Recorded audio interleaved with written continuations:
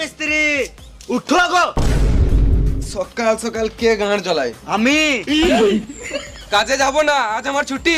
কে ছুটি দিল? ছুটি নিতে গেলে কি তোমার পারমিশন নিতে হবে নাকি মারা?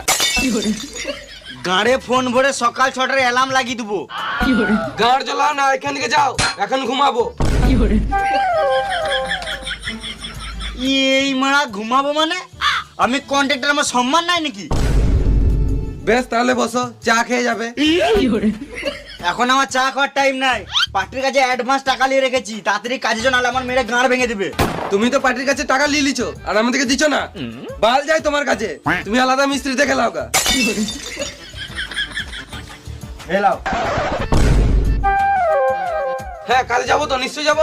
তুমি যাও, আমি এখন টিফিনে ভাত ভরে চললাম। তাদের এসো। হ্যাঁ